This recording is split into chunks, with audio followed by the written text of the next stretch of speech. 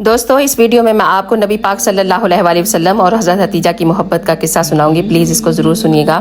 ہمارے پیارے نبی حضرت حتیجہ سے اتنی محبت کیا کرتے تھے کہ حضرت عائشہ فرماتی ہیں کہ میں نے نبی پاک کی تمام بیویوں پر کبھی اتنا رشک نہیں کیا تھا جتنا میں سیدنا حضرت حتیجہ پر کیا کرتی تھی.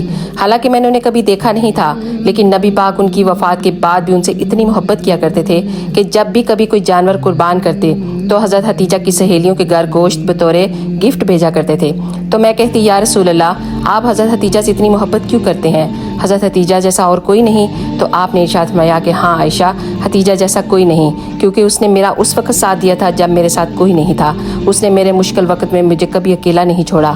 اور آپ کی ساری اولاد بھی حضرت حتیجہ سے ہی پیدا ہوئی، بس ایک حضرت ابراہیم علیہ السلام جو حضرت ماریہ سے پیدا ہوئے تھے. سبحان اللہ.